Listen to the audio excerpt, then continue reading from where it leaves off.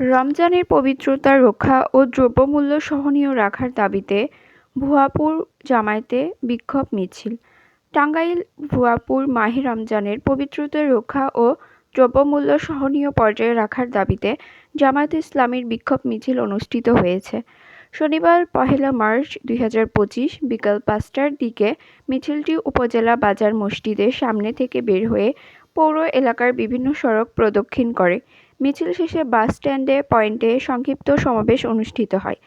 এ সময় বক্তব্য রাখেন জেলা জামায়াত ইসলামীর সেক্রেটারি ও টাঙ্গাইল-২ গোপালপুর ভুয়াপুর জামায়াত সমন্বিত এমপি প্রার্থী মাওলানা হুমায়ুন কবির, জেলা জামায়াতের কর্মপরিষদ সদস্য অধ্যাপক ডক্টর আতাউর রহমান, উপজেলা জামায়াতে ইসলামীর আমির আবদুল্লাহ আল মামুন, সেক্রেটারি মাওলানা নজরুল ইসলাম এছাড়াও বিভিন্ন ইউনিয়ন থেকে আগত অনেক নেতাকর্মী উপস্থিত ছিলেন।